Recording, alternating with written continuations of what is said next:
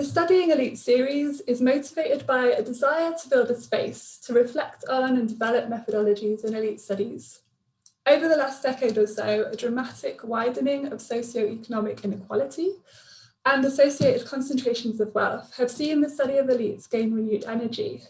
Just this week, we had new revelations from ProPublica about billionaires in the US paying little or no federal income taxes. And at the same time, against this wider background of increasing dissatisfaction with wealth inequality, a normalized aspiration to wealth can also be argued to be part of the mainstream.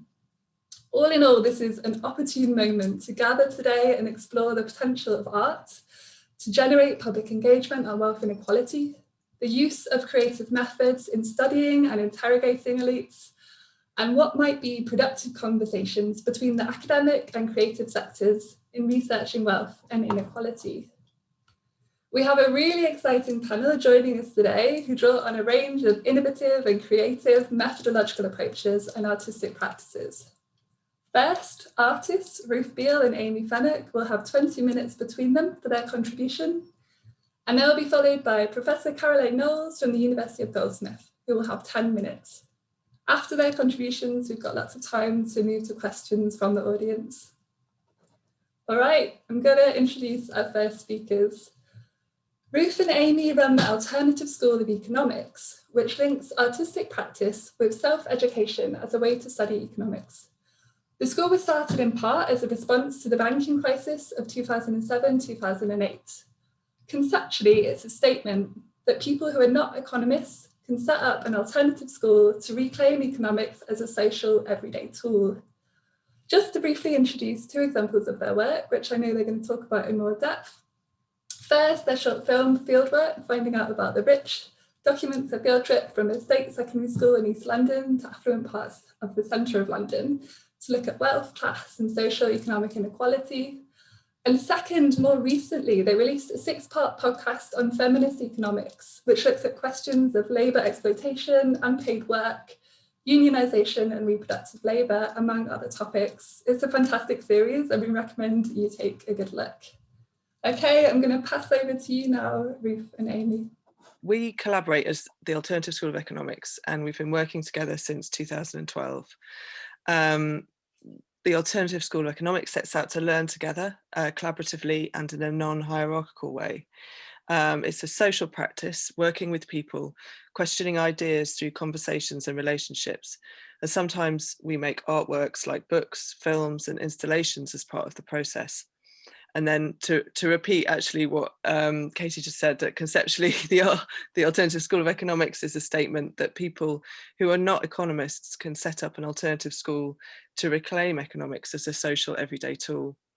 And we're thinking about the study of economics in an expanded sense. So it's not just the study of finance or money, but looking at social relations and all that this entails, like class, geography, conflict, gender, and how these things manifest in economic terms or relate to the economy.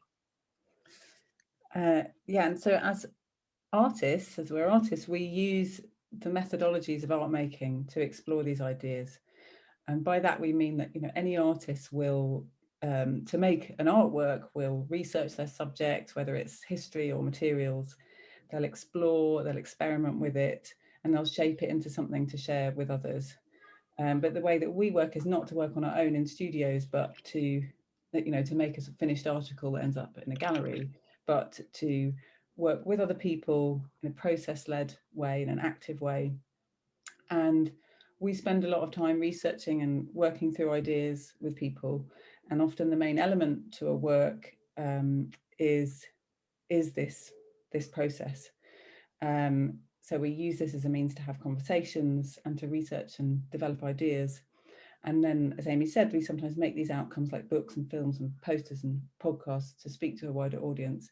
And also, we didn't say at the beginning, but we're going to talk for the first half of this, and then we're going to show you a film. So we're going to show you about 12 minutes of the film that we made. Next slide, Ruth. Today we're going to talk about the project that we made called Rich as a Minority Group. And it took place in 2015 in a local secondary school with students studying GCSE sociology. We approached the school and sociology teachers and worked with them in their year 11 classes in Little Ilford School in Manor Park, which is in Newham, East London. And we took direct inspiration from an article in a teacher's journal from the 1980s, which was called Contemporary Issues in Geography and Education, which is about addressing more political approaches to teaching complex subjects like geography to students coming from diverse minority backgrounds. And just to read a quote from this article, in order to understand poverty and deprivation amongst groups at local, national, and international levels, it is necessary to examine wealth and privilege. In order to understand powerlessness in some groups, it is important to focus on the ways in which power is maintained by others. For us, this proposition really resonated with current economic inequalities in the UK. And it's an answer to the question, why study the rich? So activating this with students in a state secondary school in East London was about trying to evaluate questions of wealth and power in society. And also just to say that the school we worked with is really ethnically and racially diverse, and nearly everyone in the class was from a so-called ethnic minority. So this idea of exploring the rich as a minority group was really coming from that position of like their experiences of being labelled minorities. So we were kind of really interested in the crossovers between artist research practice and then the discipline of sociology. And this kind of informed some of the visual and other recording tools that the young people use to do the research. So as well as brainstorming, a kind of initial brainstorms to unpick thoughts and feelings about the rich, they also did online research about wealth and economic inequality across the world. And this research was not really about gathering data from which to draw conclusions that could then be shared, but it was kind of about working with the kids to get them to think about these ideas around the rich and to draw their own conclusions. So we were kind of trying to be careful not to just sort of impose our thoughts and our ideas around this question of the rich. Missed. So one of the things that we did with them was to do surveys. So they did audio and photographic surveys of their local areas, and then we took them on field trips to Mayfair and Canary Wharf. And that was one of the processes that we did in order to make visual comparisons. We also invited the head of sociology at LSE and the author of the Great British Class Survey, Professor Mike Savage, to come to the school and lead a discussion with them about wealth and power and class, which is really exciting. It was really great. And it was interesting for us in terms of thinking about how a project could enter into different worlds. So it was existing in the school, it was sort of fitting into their curriculum and their system. It was also art, and it was also it touches upon this sort of elite academic world. I think it's elite.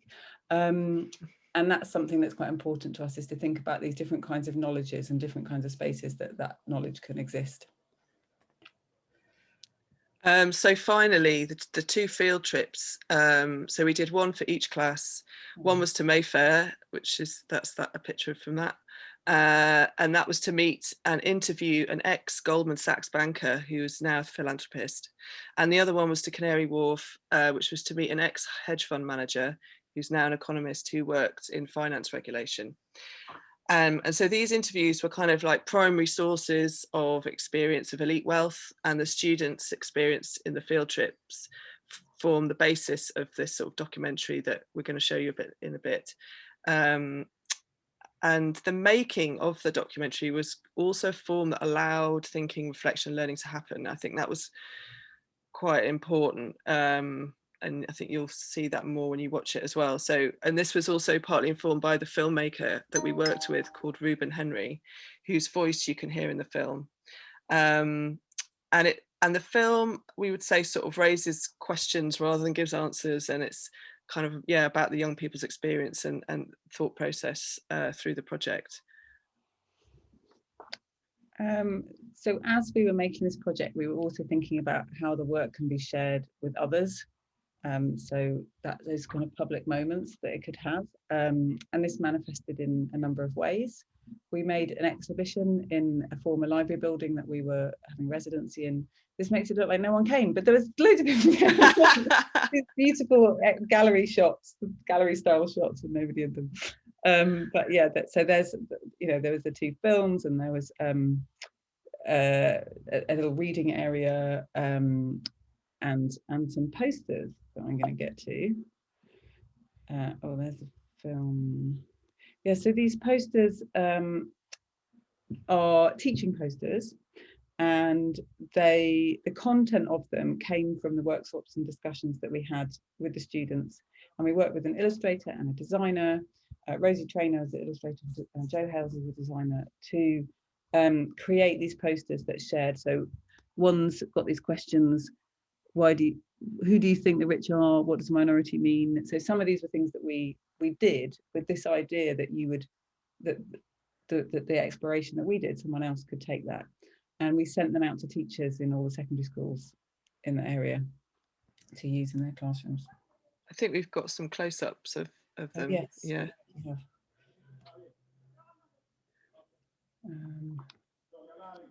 What is cultural capital? Does money make you happy?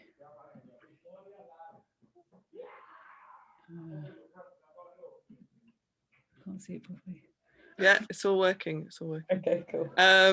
So we also organised 2 public conversations, and one was a symposium called Why Study the Rich, which drew on a number of different academics, journalists, campaigners who spoke about their studies and research, so including Aditya Chakraborty and Jeremy Gilbert.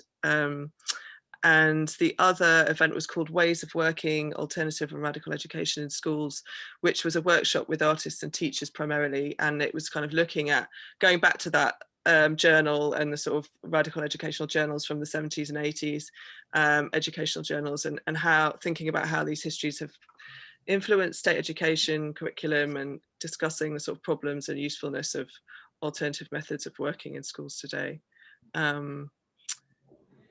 So yeah, I mean, we were nearly finished, and we're going to show a bit of the film.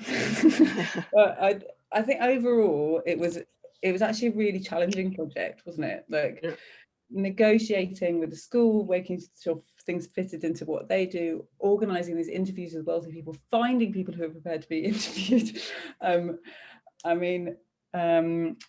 Yeah, and then thinking of ways to take it beyond that experience in that classroom.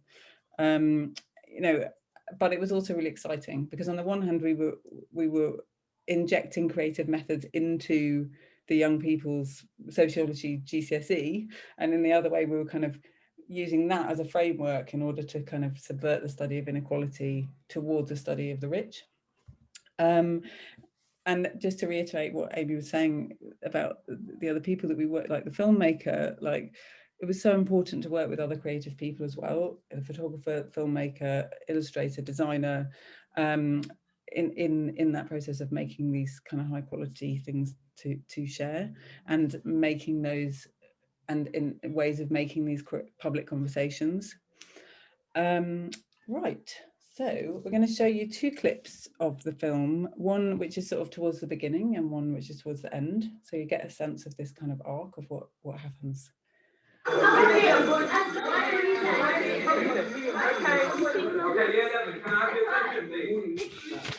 Angela, thank you. Alameen, thank you. Quickly do the register, see who's here. Thank you, Alina. Imran, Sadia, Usman. Gina, Shafla, Rachel, come sit down. Sufyan, Tasfia, Taiba. Aisha, just stand at the back.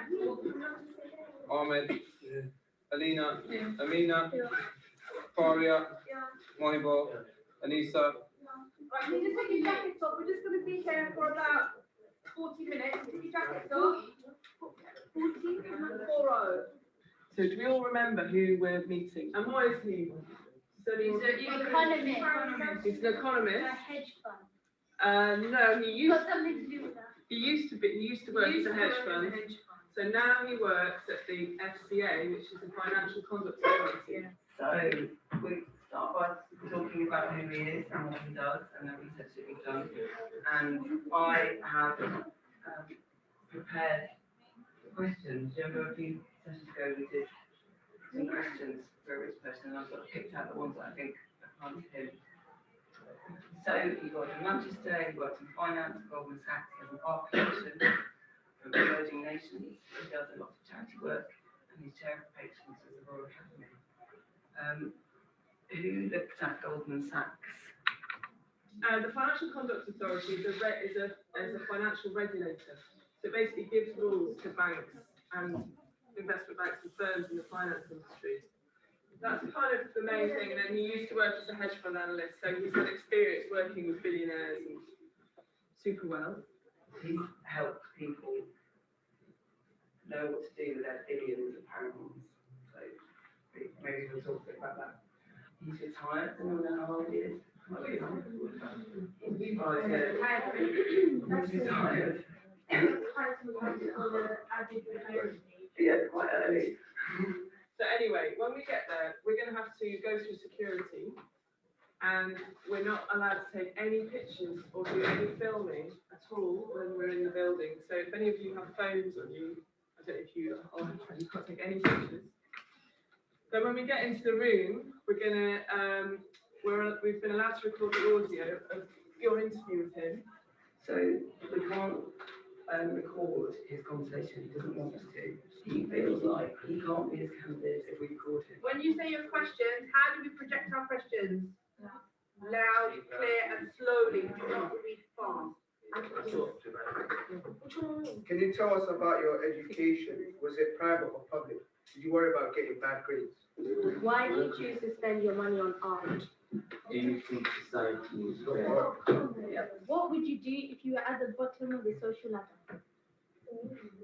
When you worked for a hedge fund where you're responsible for large amounts of money, what does that feel like? Was it stressful or exciting?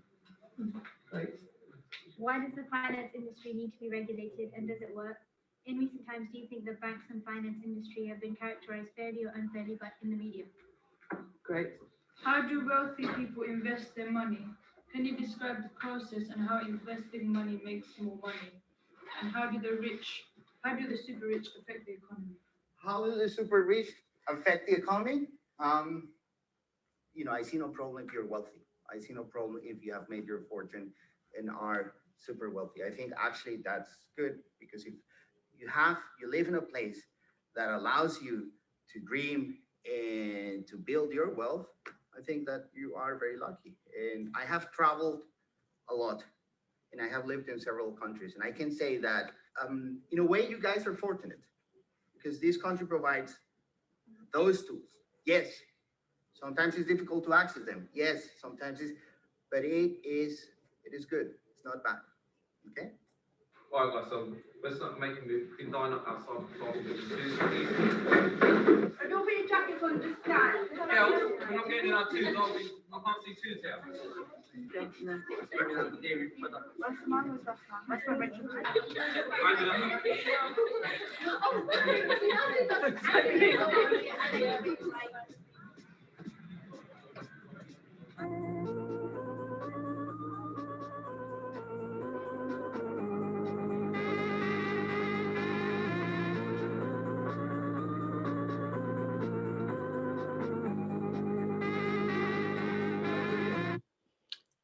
Okay, I'm just going to skip forward. Basically, what's just happened before this bit is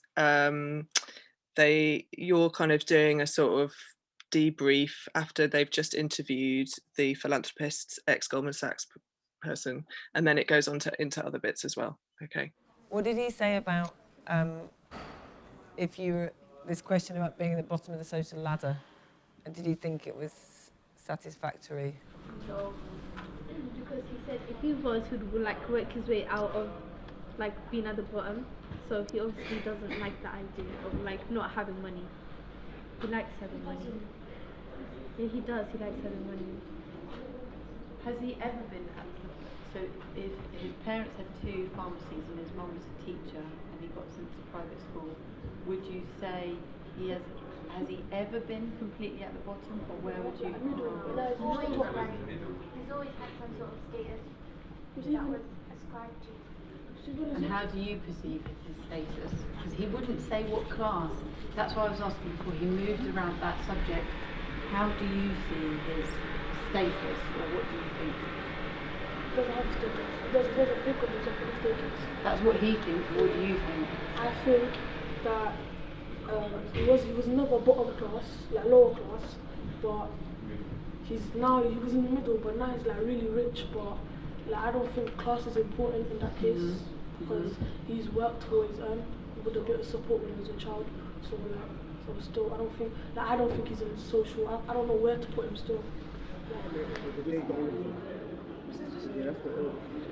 Mickey Mouse.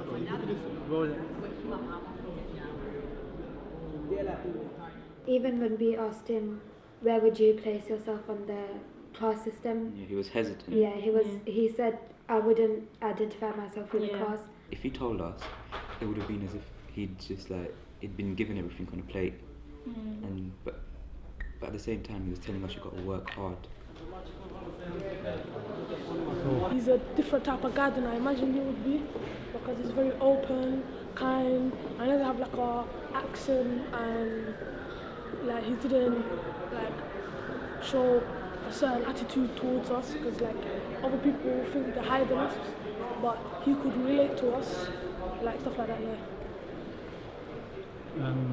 Do you think it would be different if you met him here, for instance? Like where? I mean here in the shop. I don't think I would have noticed him, because like everyone here looks the same.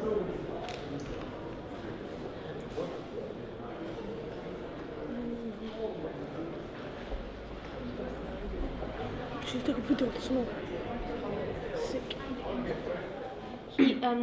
He felt like it was a kind of duty to to give back, because if you're in the position where you can help the rest of society, then you should. Yeah.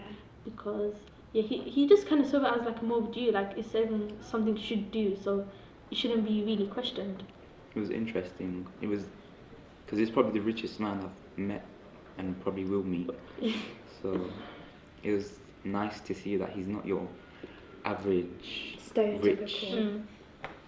But then we've never met a stereotypical rich person. He was saying that he was lucky, like it was all his hard work and luck. So yeah, that's what he go to a private school, so it's not really that much luck. But yeah, he got rejected and still gone. Like he got rejected so many times, but still didn't lose. Like he still did try hard. Yeah, but the shops like in Mayfair, along the arcade, they were mainly jewelers, and they had really expensive. And but the thing is that everyone it's like a big Westfield. Yeah. And we looked at stuff like the architecture, how it's different, and transport, and the contrast between here and like East Ham Manor Park. Every single building here is really nice and like well designed. And they're really clean as well. But that's like a different story in Manor Park. I feel that people are more friendly in Manor Park. I don't feel comfortable in this area. I feel more comfortable in Manor Park. Yeah, I feel it's different. Like everything's different to here. But even though like it's not that far away, but it's like a huge contrast to everything in this area. Completely different to Manor Park. And how do you think someone from this area would feel in Manor Park?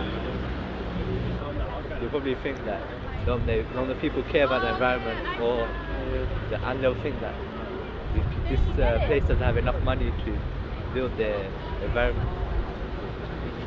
How does this area make you feel? Poor. Yeah, it is uncomfortable being here. You just don't feel right.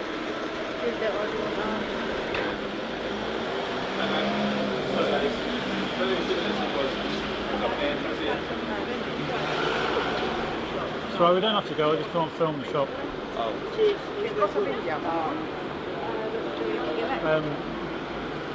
How do you feel uncomfortable, in what way?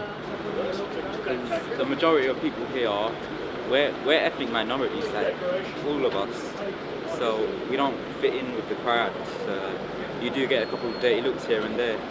And so you're aware of being part of an ethnic minority. Do you think that has a relationship with class? Yeah,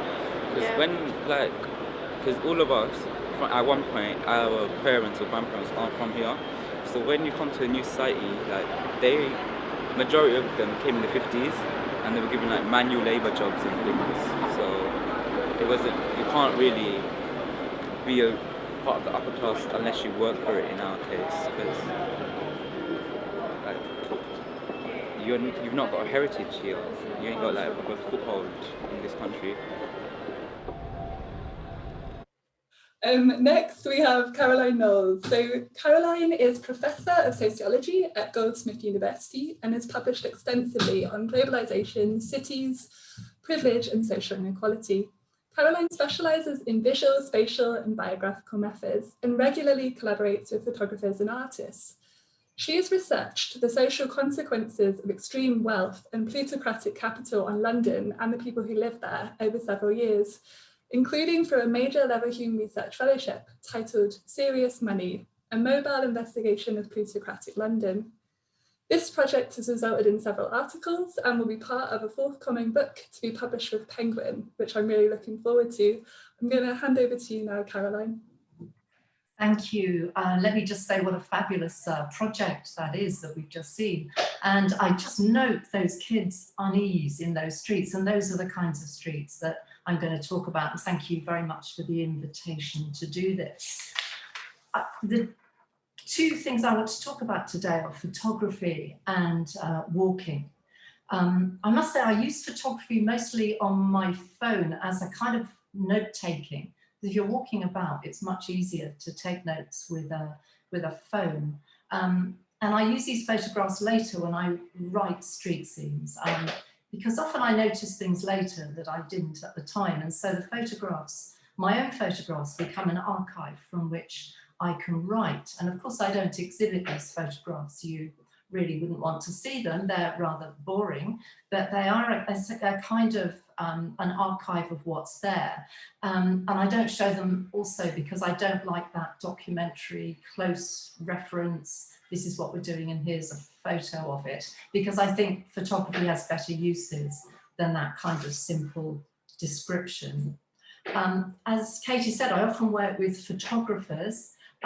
Serious money posed serious problems when it came to finding a photographer, partly because the landscapes on which the super rich operate, plutocrats operate, are actually rather banal, and it's very difficult to bring life to them, make them interesting. And I think this is not coincidental. The lives of the rich themselves are rather banal and uninteresting and lacking in vitality in lots of ways. But I didn't want a series of photographs that simply said that. So I'm working with a photographer called Derek Mann, who's quite involved in the democracy movement in Hong Kong, although he's London-based.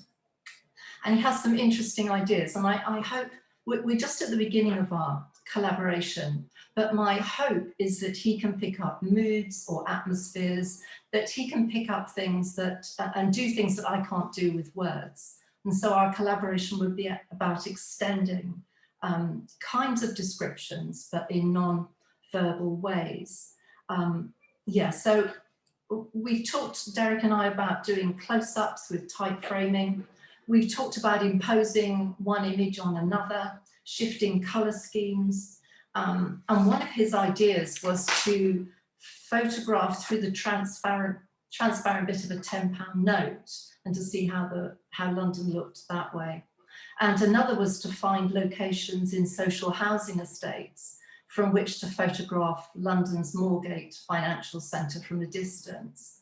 And we have some of those. And so he's experimenting with windows, doorbells in Mayfair, and a bit frustrated at not being able to get inside these offices, which I think is part of the territory.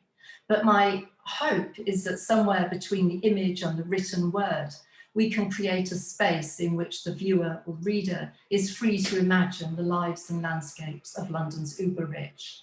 Katie has just a couple of photographs to show you from our early experiments. These aren't finished.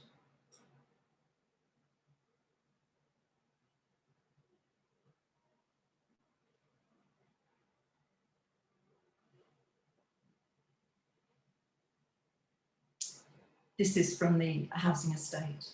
And this is one of the Mayfair windows.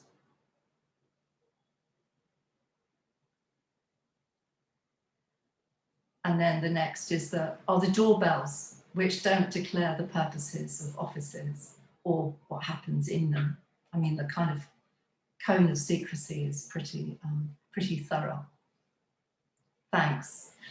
So walking is how I grasp the daily doings of the city on the ground. As I navigate London's wealth-producing machine around Bank Junction, I think I let its stories seep through the soles of my feet.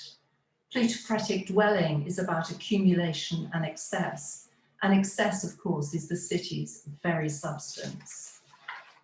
The very conception of a plutocrat, someone who has amassed great wealth, embeds fundamentally uneven relationships with the city. And so, of course, it is with London.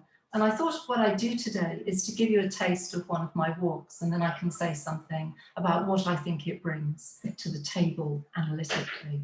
So this is a walk inside the money engine, which is around Bank Junction, creating what Kathleen Stewart calls new spaces for thinking about what might be going on, writing theory through stories and descriptive detours that have bodies, rhythms, and, as she describes it, ways of being in the noise and the light and the space. I walked the financial district on my way to meet someone I'm going to interview, who I'll call Banker.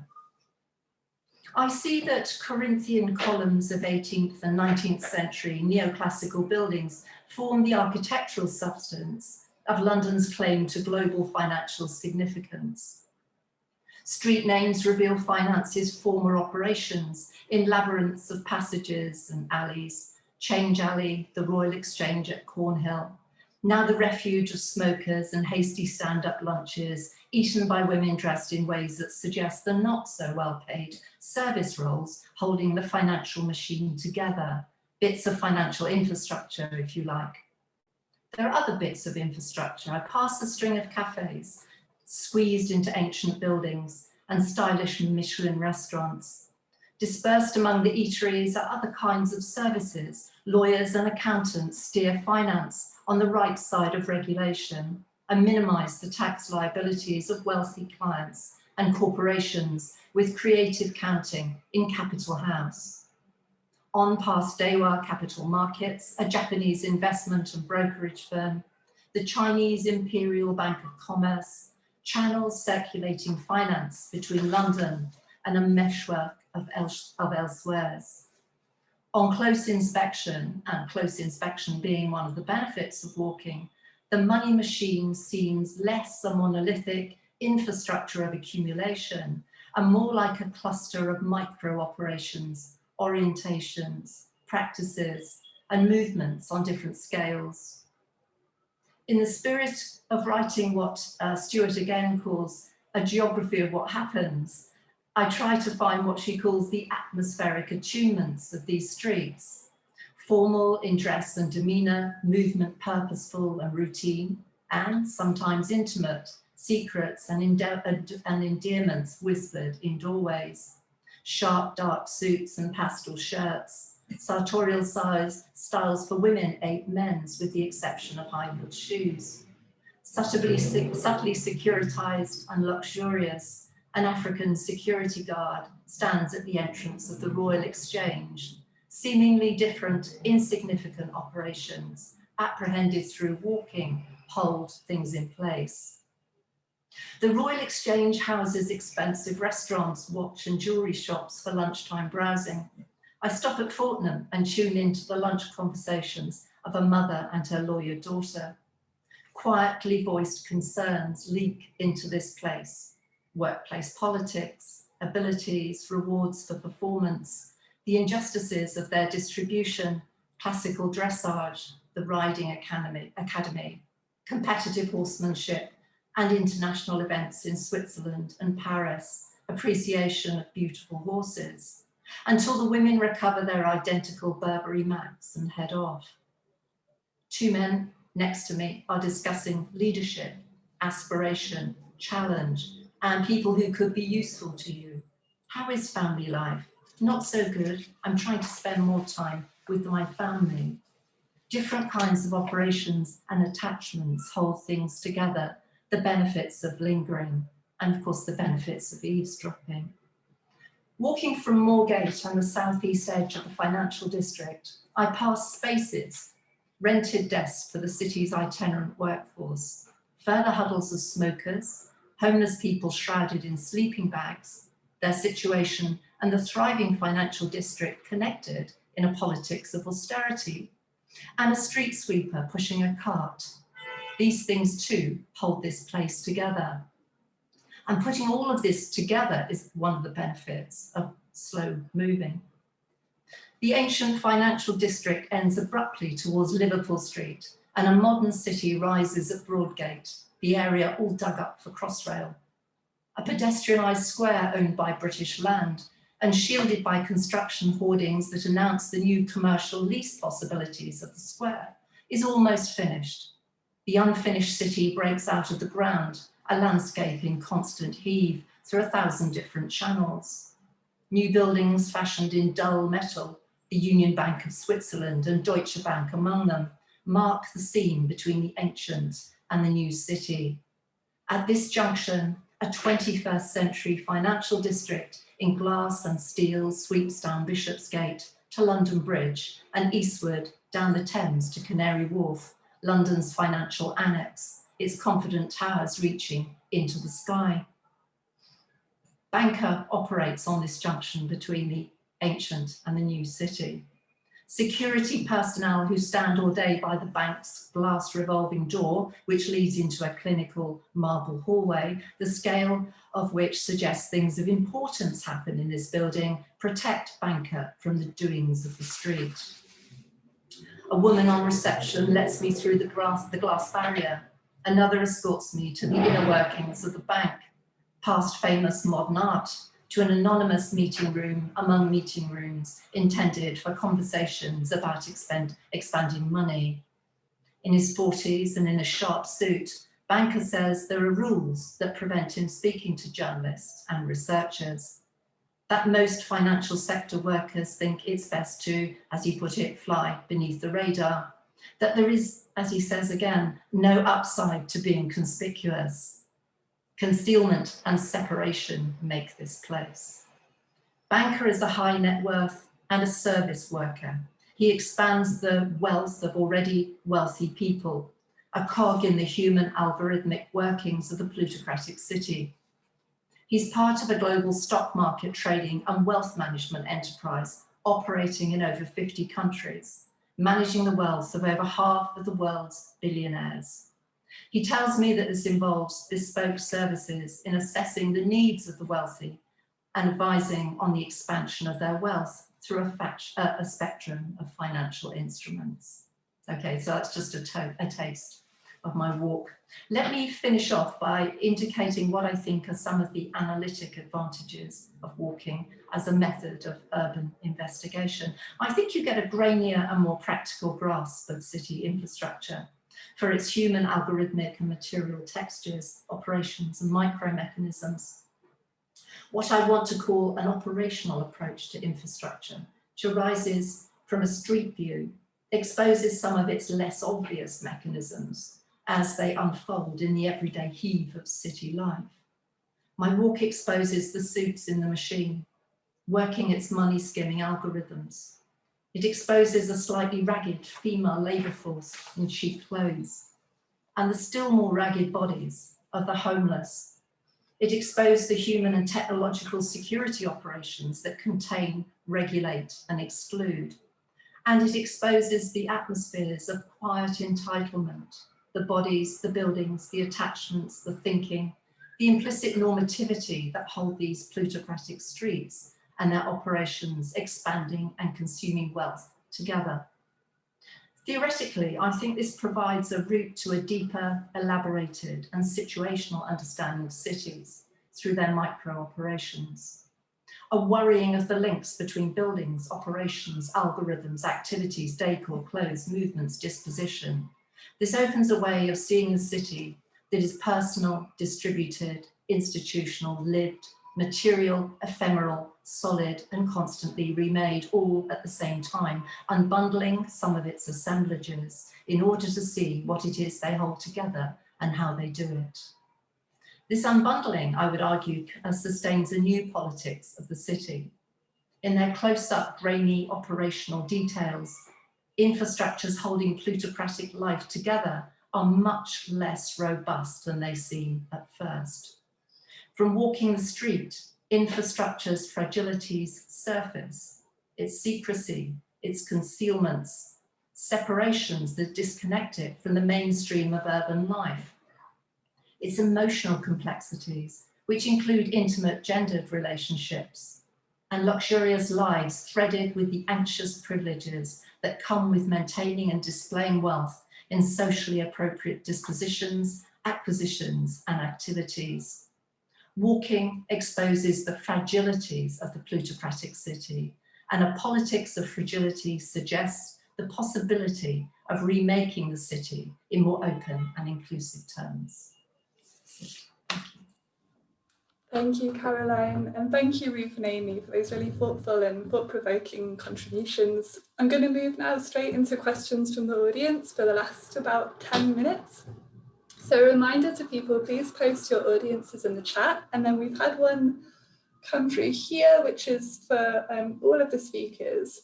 And this is kind of a more political economy question, I suppose, zooming out and asking, do you have any reflections on the constraints on the creative sector or academia as critical spaces to reflect on economic inequality and elites, when often it's the wealthy who fund and buy the arts, and in the case of academia, where philanthropic donations may also play a key role in the funding streams? And I'll open that to all of you.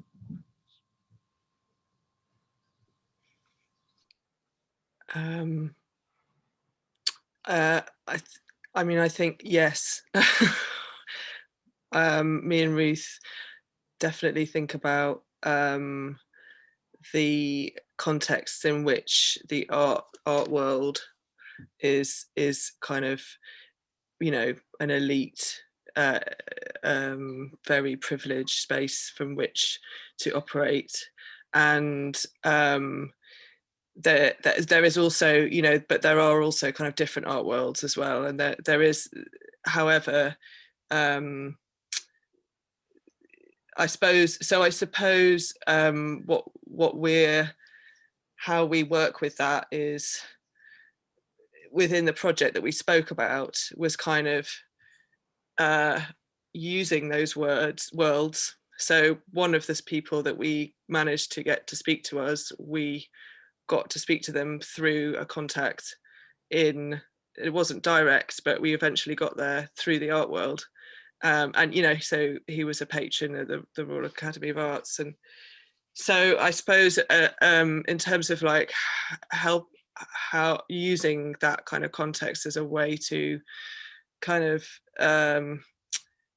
help us do the project that we wanted to do.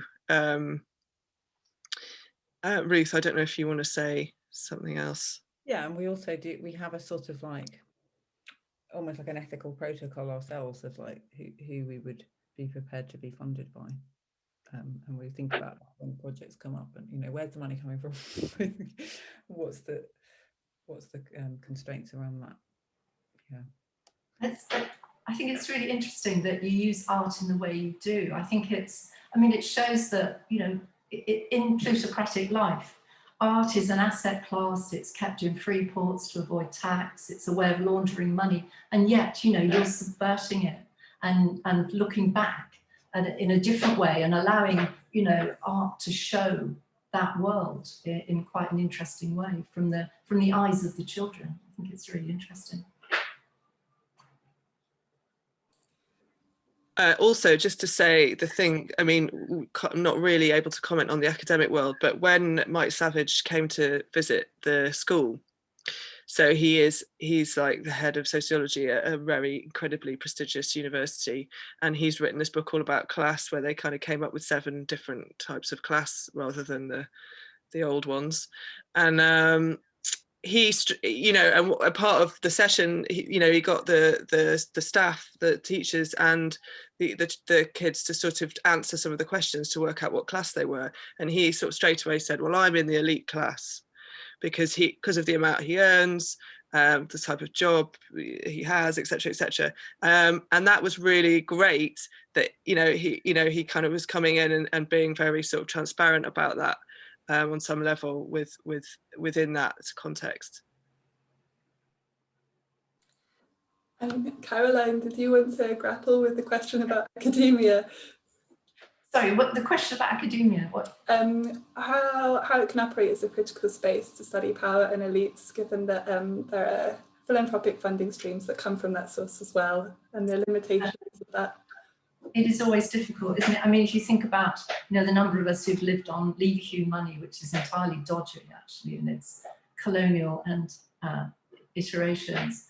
I think, again, it's a bit like the art example, that, you know, you can turn these things round and turn them inside out and use it in different ways. There's nothing that stops us using academia as a critical space, you know, although it has contradictions.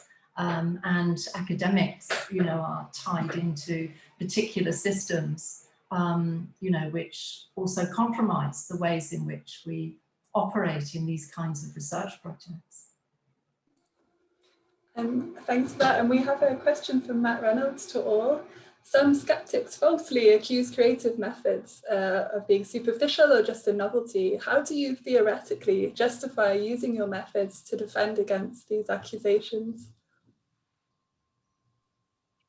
I'm not sure if this is going to answer the question, but maybe, because just when you were talking then, Caroline, about kind of academic constraints, and I was thinking about what I just heard you say, and it was kind of making me think of another artist who is coming at from a very different kind of place to you, who's also kind of has this walking practice, but both you and her, I think that what there is there's a freedom in what you're doing through walking, and using that as a kind of tool to gather data research, I think is a really, that's incredibly valuable, and I suppose that's what I would say, is that it's kind of a so-called sort of creative method can actually, just by being a bit alternative to a sort of normal kind of academic process, can kind of create this sort of very different, so can just subvert things and make it a very different kind of freeing way to make knowledge. I think, you know, what are you thinking of though, Amy? Well, the other the writer artist, she's called Laura Grace Ford, and she basically made loads of zines from the sort of early 2000s onwards, which is now, they've been published in an anthology that's like that, and it's called The Savage Messiah. And she does lots of walks all over London, but she did concentrate a lot of her kind of walking and writing around during sort of Olympics, and when that was all kind of sort of people, you know, sort of taking place in that part of East London, and the kind of regeneration and things like that. So yeah, Laura Grace Ford, she's called. Sorry, Caroline, I interrupted you. No, I was just going to say, I think creative methods have a bad rap. I mean, there's first, you know, we must all have creative methods, and you know, some of the methods a lot of us use they're just methods that have been around for a long time. You know, like walking, photography, these are old methods. But you know, I think we don't have to think of them in those illustrative, simplistic, descriptive ways. I mean, your presentation today shows, you know, the hidden depths, the possible conceptualizations that are popping up in your film, in the interactions with the children.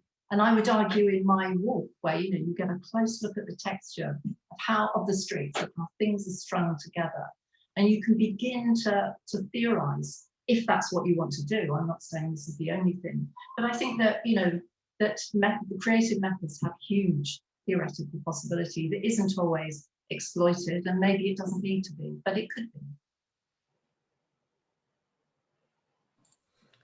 Fantastic. And I'm seeing we've got, oh, did you want to jump in again, Ruth? I think, well, the argument about whether art is superficial or novelty or not is quite old. And I suppose like that, old but ongoing. And what's it for? Why are we doing it? What should it be doing? So that's maybe coming at it from like, rather than like, is creative research superficial? It's like, well, is art superficial? What's the purpose of it? Is it better? Is it more exciting if it has an agenda, if it's political, if it, these are huge, interesting, wide-ranging arguments. Absolutely, ones we hope to continue in the face-to-face event and more generally in further conversations. But I'm seeing it's 6 o'clock and we're out of time, so this just leaves me to say a huge thank you to Ruth, Amy and Caroline for your excellent contributions, and to the audience for your questions and for your engagement.